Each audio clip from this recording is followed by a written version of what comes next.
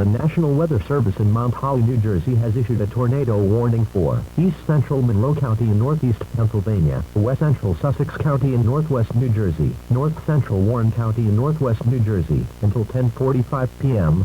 At 10:04 p.m., National Weather Service Doppler radar indicated a severe thunderstorm capable of producing a tornado near Wherry Lake, or 16 miles west of Newton, moving east at 10 miles per hour. The tornado will be near Flat Brookville by 10:35 p.m., Five Point and Brandon Lakes by 10:45 p.m. The safest place to be during a tornado is in a basement. Get under a workbench or other piece of sturdy furniture. If no basement is available, seek shelter on the lowest floor of the building and interior hallway or room such as a closet.